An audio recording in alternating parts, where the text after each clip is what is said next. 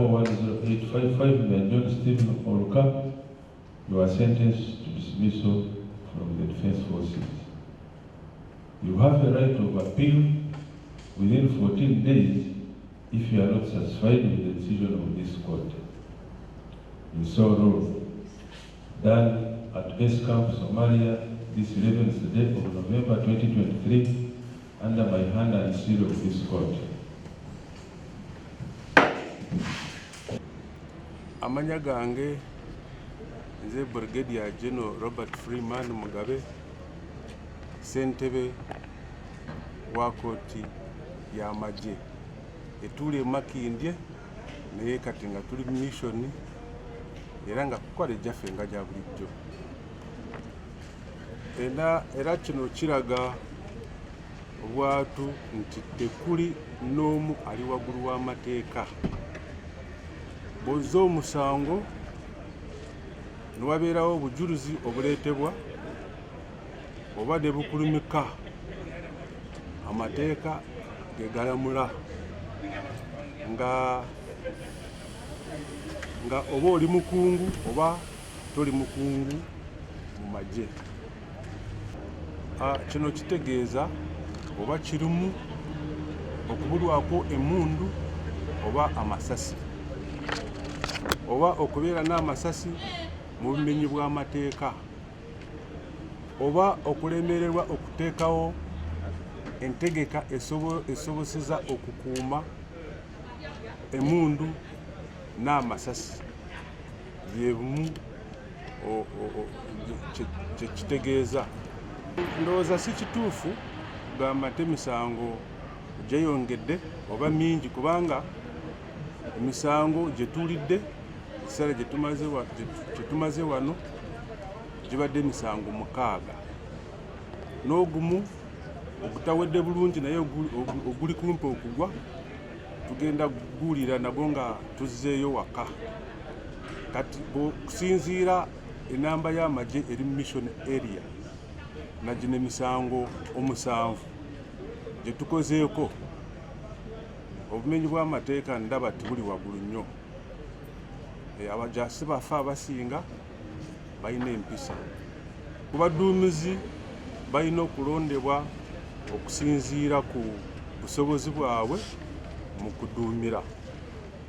Ate tulowooza nti ate balina n'okutendekebwa ne bajaasi baabwe be bagenda okuduumira basobole okufuna okubeera wamu ate n'okukola emirimu wamu, kibasobozese okukola obulungi nga bali mu mission area.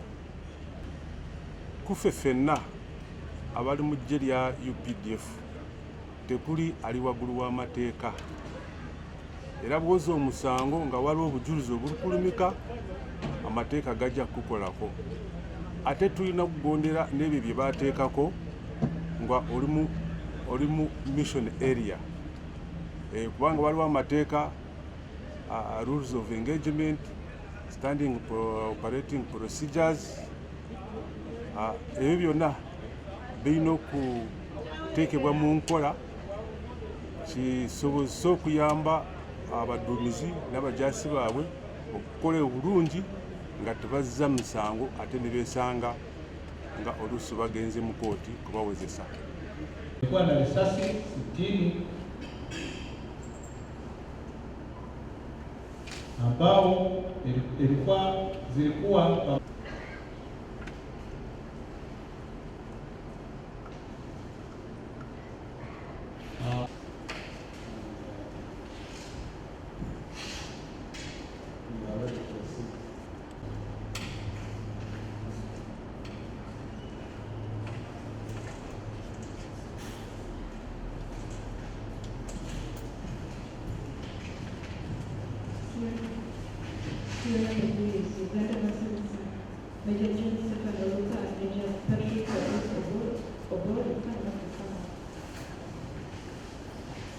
that they moved towards Bw'ekigyasi and looked for cover, and he was still communicating that if you are still behind, we are heading to the east.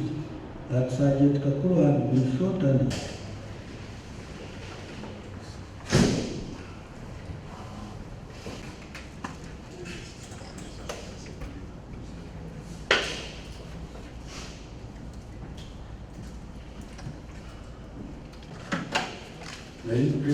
chairman ambayo kwa members.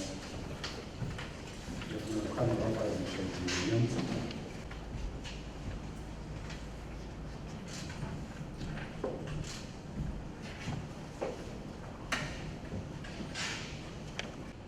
Lieutenant Alex Mukwana for the state submitted that the state has no known past criminal record against A1 Major John Stephen Oruka.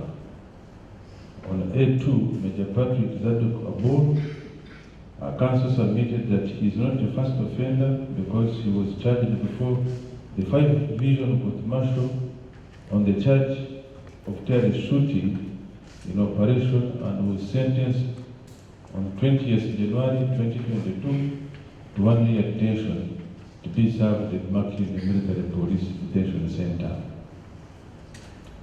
Counsel further submitted that the offences the convicts were charged with each carries the maximum sentence of death.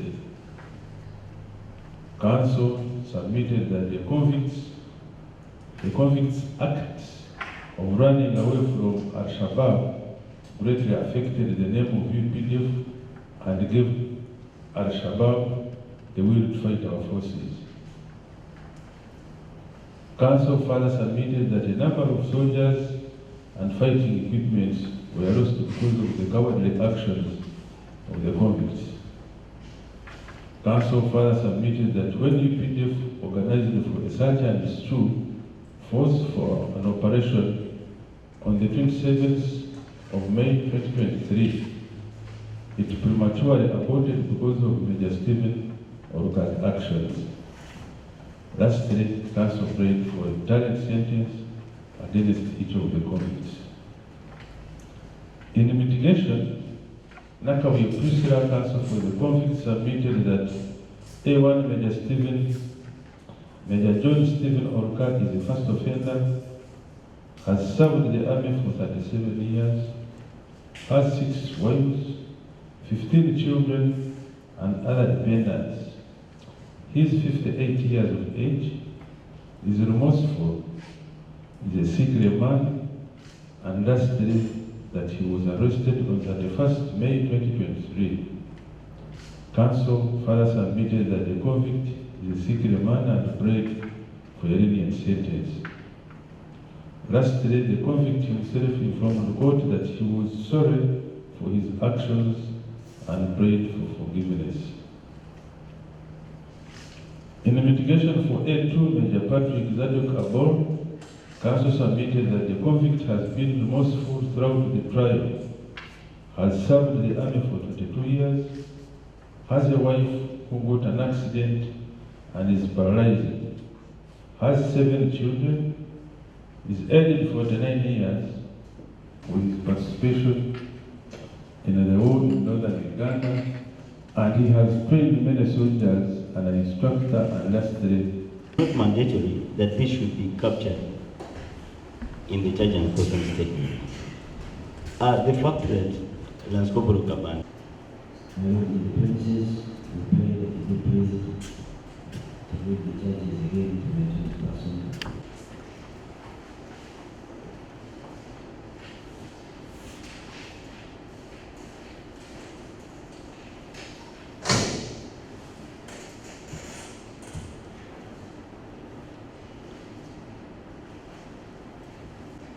Criminal case number UPDF/DCO /051 of 2023. Dated 30th October 2023. Charge sheet. Uganda versus RA 228800. Corporal Philemon Kagai. Male adult of sound mind, aged 33 years. Militant of the regular forces of Uganda People's Defense Forces of 41 Battalion attached to Gatukoi Battle Group 38 Kadukota as a gunner of 82mm wireless rifle. The person subject to military law is hereby charged with statement of offense. Failure to protect raw materials, contrary to section 100 of offense. Corporal Abaserikale on or around the second day of September 2023 at around 0600 hours, while at the that the evidence I'm going to give touching this matter before court shall be the truth and nothing but When the birds came near us from the behind, there was a trench between the SNA defense. 10855 and John Stephen Oluka, you are sentenced to dismissal from the Defense Forces. You have a right of appeal within 14 days if you are not satisfied with the decision of this court. You saw rule done at base camp Somalia this 11th day of November 2023 under my hand and seal of this court. Amanya gange nze Brigadier General Robert Freeman Mugabe, Ssentebe wa Kkooti y'amagye etuli Makindye naye kati nga tuli mission era nga kukola ejjaffe nga gya bulijjo. Era kino kiraga obwatu nti tekuli n'omu ali waggulu w'amateeka. Bw'ozza omusango ne wabeerawo obujulizi obuleetebwa oba ne bukulumika, amateeka ge galamula nga oba oli mukungu oba toli mukungu mu magye.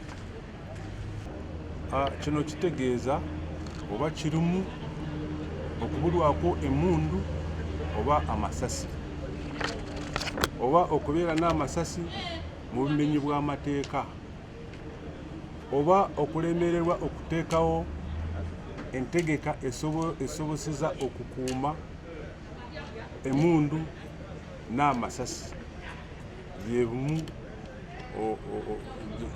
kye kitegeeza. Ndowooza si kituufu kugamba nti emisango gyeyongedde oba mingi, kubanga emisango gye tuwulidde ekiseera gye tumaze wano gibadde emisango 6 n'ogumu ogutawedde bulungi naye oguli kumpi okugwa tugenda kuguulira nagwo nga tuzzeeyo waka. Kati okusinziira enamba y'amagye eri mu mission area na gino emisango 7 gye tukozeeko, obumenyi bw'amateeka ndaba tibuli waggulu nnyo. Abajaasi baffe abasinga balina empisa. Ku baduumizi balina okulondebwa okusinziira ku busobozi bwabwe mu kuduumira. Ate tulowooza nti ate balina n'okutendekebwa ne bajaasi baabwe be bagenda okuduumira basobole okufuna okubeera wamu ate n'okukola emirimu wamu kibasobozese okukola obulungi nga bali mu mission area. Kuffe ffenna abali mu ggye lya UPDF tekuli ali waggulu w'amateeka, era bw'ozza omusango nga waliwo obujulizi obulukulumika amateeka gajja kukolako. Ate tulina okugondera n'ebyo bye baateekako nga oli mu mission area, kubanga waliwo amateeka rules of engagement, standing operating procedures. Ebyo byonna birina okuteekebwa mu nkola kisobozesa okuyamba abaduumizi n'abajaasi baabwe okukola obulungi nga tebazza misango ate ne beesanga nga oluusi bagenze mu kooti kubawezesa. Any witnesses that were accused in cowardice action, do you think that the overrun of Gulmarere 4 by Al-Shabaab was caused by poor command and control? From the evidence that was brought before the court, poor command and control was one of the major factors but there were other factors as well. Sir, the charge of failure to protect war materials, contrary to UPDF Act of 2005, what does it entail? Failure to protect war materials include losing arms and ammunition, illegal possession of ammunition, failure to do any act necessary to protect arms and ammunition, among others. From the observation over the verdicts presented, do you see an increase in crimes committed by our soldiers in the mission area? If so, what advice would you offer? Not really. We have had and concluded 6 cases. The 7th one will be concluded when we go back. But considering the 7 cases now had for this time we have been around, the crime rate is very low compared to the number of forces that are in the mission area. For example, I'm now 1.5 years in the office, but this is the first time we are coming to the mission area for the same purpose. So that means the rate is very low. The rate of crime is very low. Sir, about this command and control, when we talk about selection of commanders for Somalia's mission, are there loopholes that need to be fixed? The commanders, of course, should be selected according to the command capabilities, and even commanders should be able to train with their soldiers so that they can build the cohesion and teamwork while in the mission area. So what is your final word as the Chairman General Court Martial in reforming officers and men of UPDF? My final word on that one, I want to repeat what I started with, that no one is above the law. There is a need to be disciplined while we are serving. Chairman General Court Martial in reforming officers and men of UPDF. Thank you. My final word about this is that, as I said, no one is above the law. There is need to be disciplined while we are serving our country. Standing operating procedures, rules of engagement, and other guidance that is put in place should be strictly observed so that we avoid being caught on the wrong side of the road. That's what I can say. Thank you, sir. You are welcome. And I can talk to the nation.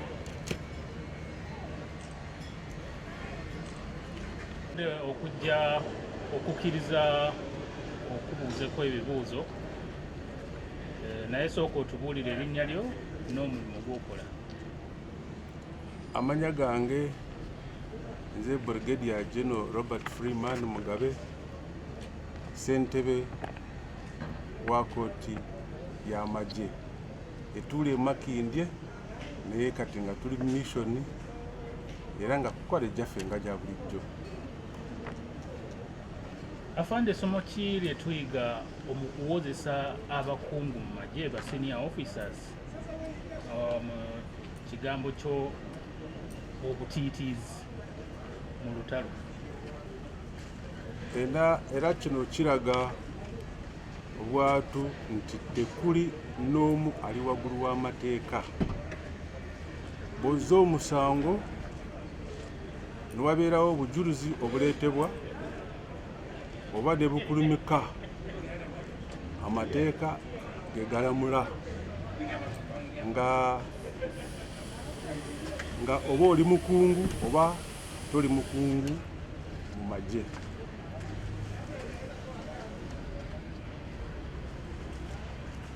Mpuliriza obujulizi kuva ku bantu 10 ku musango gw'obutiitiizi mu kulwanyisa omulabe. Olowooza Al-Shabaab okukuba enkambi yaffe e Bulumareere kyava ku baduumizi okulemererwa okulembera abajaasi mu kuwaŋŋaŋa omulabe? Ku bujulizi bwaleeterwa eri kkooti eno, abaduumizi okulemererwa okuduumira n'okulaga abajaasi baabwe kye balina okukola kiraga nti waliwo obutiitiizi nnyo mu nsonga z'okulaga n'okuduumira abaserikale kuwaŋŋanga omulabe.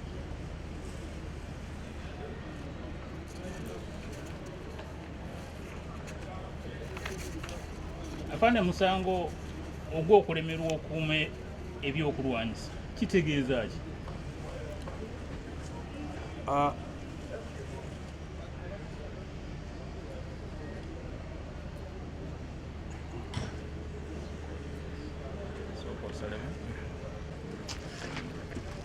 Afande, omusango gw'okulemerwa okukuuma ebyokulwanyisa, abajaasi okulemerwa okukuuma ebyokulwanyisa kitegeeza ki? Kino kitegeeza oba kirimu okubulwako emmundu oba amasasi, oba okubeera n'amasasi mu bumenyi bw'amateeka, oba okulemererwa okuteekawo entegeka esoboseza okukuuma emmundu n'amasasi. Bye bimu kye kitegeeza. Okusinziira ku bujulizi n'ebisaliddwawo mu misango egiwoseseddwa, olowooza enkozi z'ebikyamu e Somalia byeyongedde? Bwe kigwa bwe kityo, magezi ki g'otuwa? Ndowooza si kituufu kugamba nti emisango gyeyongedde oba mingi, kubanga emisango gye tulidde ekiseera gye tumaze wano gibadde emisango 6, n'ogumu ogutawedde bulungi naye oguli kumpi okugwa tugenda kuguulira nagwo nga tuzzeeyo waka. Kati okusinziira enamba y'amagye eri mission area nagino emisango 7 gye tukozeeko, obumenyi bw'amateeka ndaba tibuli waggulu nnyo.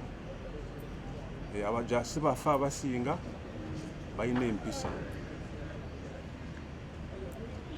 Afande, okyogerako ki ku ky'abacommanders abalondebwa okujja okulembera amagye agali e Somalia? Mulimu emiwaatwa egisaanidde okugonjoola? Kino ku baduumizi balina okulondebwa okusinziira ku busobozi bwabwe mu kuduumira.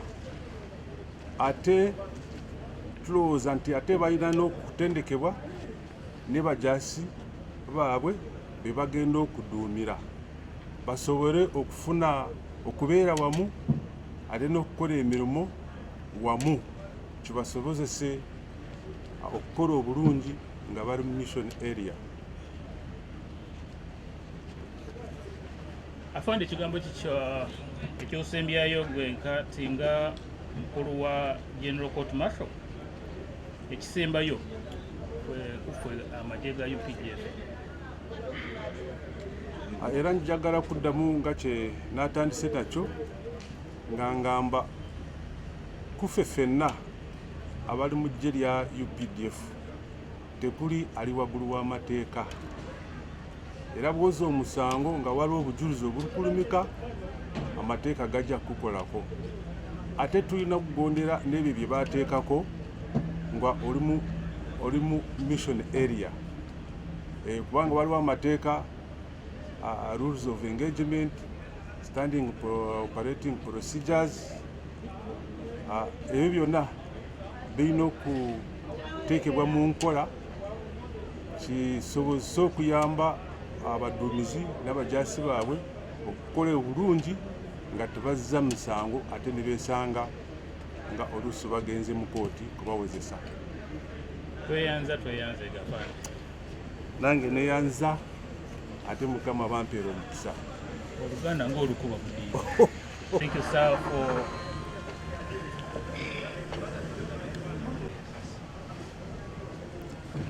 Thank you, sir, for having accepted this interview. And would you like, first of all, to tell us your names and what appointment do you have?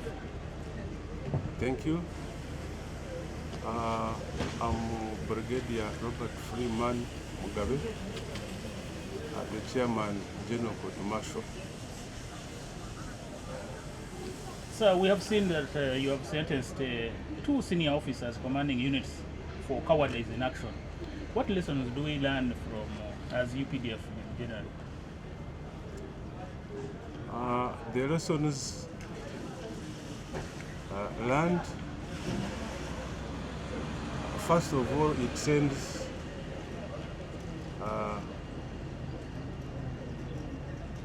it informs all officers and militants that no one is above the law. And once there is evidence to prove the case, the courts of law takes its course, whether you are a senior or not. Sir, you have assessed 10 witnesses adduced in the case of cowardice in action. Do you think that the overrun of Obulamu Fort by Al-Shabaab was caused by poor command and control? From the evidence that was brought before this court, poor command and control was one of the major factors